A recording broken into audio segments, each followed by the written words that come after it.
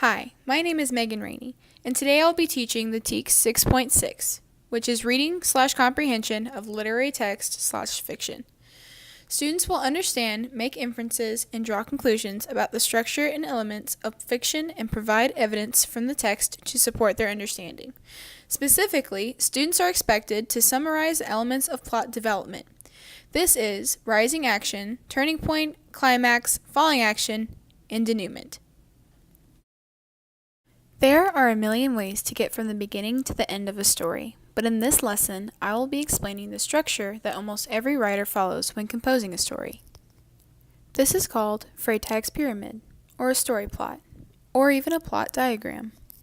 Plot is defined as all the events that happen in the story. Plot is the living space of Freytag's pyramid and the reason it exists. The plot of the story starts with the exposition, which is known as the beginning of the story, where the author gives background information, like the time and place of the story, and the characters that will be in it. The setting of the story is very important to the entire plot. The setting usually always contains the time and place the characters are set in, and in some cases, an author will describe the geographic location of the story, as well as the environment and the weather. Next is the rising action, which is the events in the story that lead up to the climax. Rising action within a story usually involves the main characters dealing with how things take place. The climax of the story is what's known as the peak of the story, or the highest point of interest or suspense within the plot. This is usually the most exciting part of the story. After the climax of a story takes place, things start to calm down with the characters. As it is defined as all of the events that come after the climax, the conflict the main characters are experiencing tends to die down. Finally, after the falling action comes the resolution.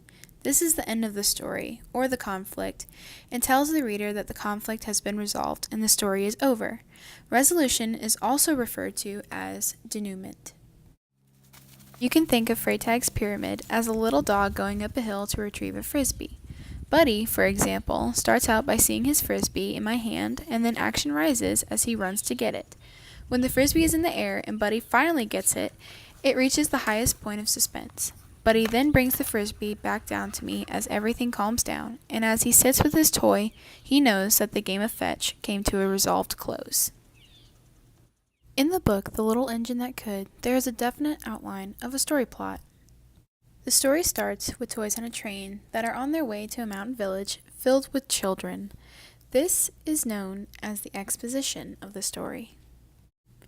Suddenly, the toys' train breaks down, and the toys are left to ask passing trains for passage into the mountain village, but each one refuses, except for a pretty little blue steam engine. This is known as the rising action. Although the steam engine is not sure if she can make it over the mountain and into the village, she never stops thinking that she can do it. This is the climax. The little steam engine pushes over the mountain, and the toys rejoice in her hard work. This is the falling action. Finally, all the toys are with the children in the mountain village, and it would not have been possible if it weren't for the little engine that could. This brings the story to a full close.